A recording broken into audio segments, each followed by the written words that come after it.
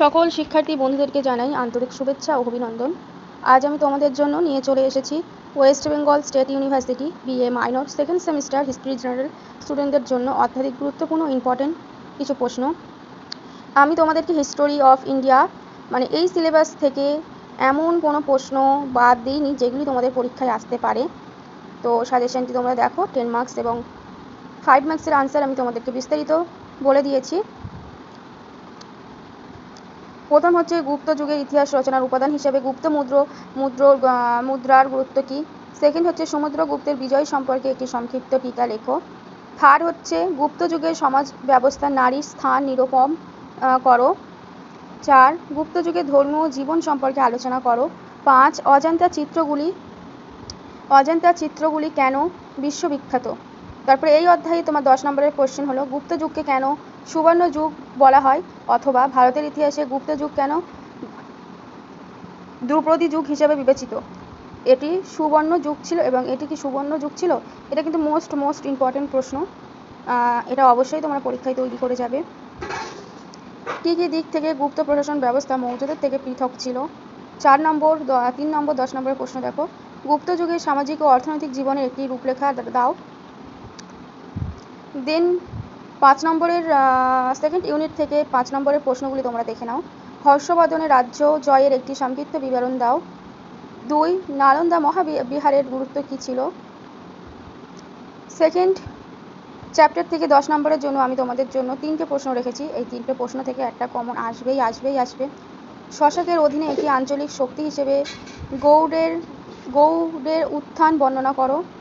2 হর্ষবর্ধনের রাজ্য বিস্তার ও শাসন ব্যবস্থা মূল্যায়ন করো। 3 হর্ষবর্ধনকে কি উত্তর ভারতের শেষ মহান হিন্দু সম্রাট বলা হয়। আপনার উত্তরের সাপেক্ষে যুক্তি দাও। 3 নম্বর চ্যাপ্টার থেকে আমি 5 নম্বরের কিছু প্রশ্ন তোমাদের রেখেছি, সেগুলি দেখে নাও। পল্লবদের রাজনৈতিক ইতিহাসের একটি সংক্ষিপ্ত রূপরেখা দাও। চালুক্যর 2টি প্রধান শাখা উল্লেখ করো। 3 নম্বর হচ্ছে পল্লব ও চালুক্য যুগে দক্ষিণ ভারতের সামুদ্রিক রাজ্যের গুরুত্ব কী ছিল। 10 নম্বরের দেখো আমি তোমাদের জন্য খুবই ইম্পর্টেন্ট এখানে 3টে প্রশ্ন রেখেছি। 3টে প্রশ্ন থেকে ফার্স্ট প্রশ্নটা ভীষণ ইম্পর্টেন্ট। এটা তোমাদের এক্সামে আসার সম্ভাবনা খুবই বেশি। প্রশ্নটি হলো পল্লবের রাজনৈতিক কাঠামো এবং সাংস্কৃতিক অবদানের মূল্যায়ন করো। সেকেন্ড হচ্ছে বাদামি। ফার্স্ট নম্বর এই প্রশ্নটা খুবই ইম্পর্টেন্ট। এখান দিয়ে তোমরা এটা পরীক্ষায় আসার সম্ভাবনা খুবই বেশি, তো এটা অবশ্যই তোমরা তৈরি করে যাবে। বাদামি ও বাতাবির চালুক্যদের রাজনৈতিক কর্তৃত্ব এবং স্থাপত্য ও ভাস্কর্য শিল্পের বিকাশে তাদের ভূমিকা আলোচনা করো। 4 স্থানীয় সশস্ত্র শাসন ব্যবস্থা উল্লেখ করে চোল শাসন ব্যবস্থার উপর প্রবন্ধ রচনা করো। ফোর্থ হচ্ছে পল্লব ও চালুক্য শাসন দক্ষিণ ভারতের শাসন ও অর্থনৈতিক প্রধান বৈশিষ্ট্যগুলি আলোচনা করো। 4 নম্বর চ্যাপ্টার থেকে 5 নম্বর এবং 10 নম্বরের জন্য বেশ কিছু ইম্পর্টেন্ট প্রশ্ন আমি দিয়েছি। সেগুলি হলো 5 নম্বর থেকে তোমার 2টো প্রশ্ন দেওয়া আছে, আর 10 নম্বর থেকে 3টে প্রশ্ন দেওয়া আছে। তার মধ্যে একটি ভীষণ গুরুত্বপূর্ণ, গোপালকে কেন মৎস্যনায়ের অবসানকারী বলা হয়। 2 গর্জন প্রতিহার বংশের সর্বশ্রেষ্ঠ শাসক কে ছিলেন, তার কর্তৃত্ব কী ছিল। 10 নম্বরের থেকে ফার্স্ট কোশ্চেনটা খুবই ইম্পর্টেন্ট। যেগুলি স্টার মার্ক করে দেওয়া আছে সেগুলি অবশ্যই তোমরা পড়ে যাবে। এখান থেকে তোমরা 100% কমন পাবে।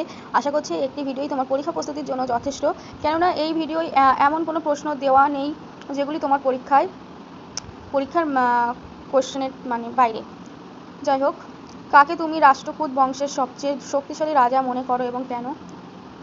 গর্জন প্রতিহার। সেকেন্ড হচ্ছে গর্জন প্রতিহারদের রাজনৈতিক ইতিহাস এবং কৌজন্য কেন্দ্রিক সংগ্রামে তাদের ভূমিকা আলোচনা করো।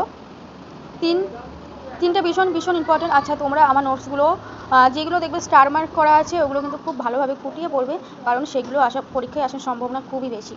তো আমি তোমাদের জন্য যারা চাইছো পিডিএফ আর যারা এইসব প্রশ্নগুলির আনসার আমার থেকে পেতে চাইছো তারা অবশ্যই আমার দেওয়া নাম্বারে কন্ট্যাক্ট করতে পারো। আমি খুবই সহজ ভাষায় এবং নির্দিষ্ট শব্দ সংখ্যার মাধ্যমে উত্তর প্রস্তুত করে থাকি, এবং তোমরা তো জানোই। তো যারা আমার থেকে সফট কপি ও হার্ড কপি সংগ্রহ করতে চাইছো তারা অবশ্যই আমার দেওয়া নাম্বারে কন্ট্যাক্ট করতে পারো। আর্থিকভাবে পিছিয়ে পড়া স্টুডেন্টদের জন্য আমি ভিডিওর মাধ্যমে সমস্ত প্রশ্নের আনসার তুলে ধরি। তো আমি আনসারের প্রথম পার্ট তোমাদেরকে শেয়ার করলাম, এবং নেক্সট পার্ট যারা চাইছো পেতে তারা অবশ্যই আমাকে কমেন্ট করো। এছাড়া তোমাদের বাকি কোন সাবজেক্টের ওপর নোট সাজেশন প্রয়োজন সেটাও আমাকে কমেন্ট করতে পারো। অবশ্যই আমি তোমাদের প্রয়োজন অনুসারে সাজেশন তুলে ধরবো, তো নোটস তুলে ধরবো। তো তোমরা অবশ্যই কমেন্ট করে জানিও।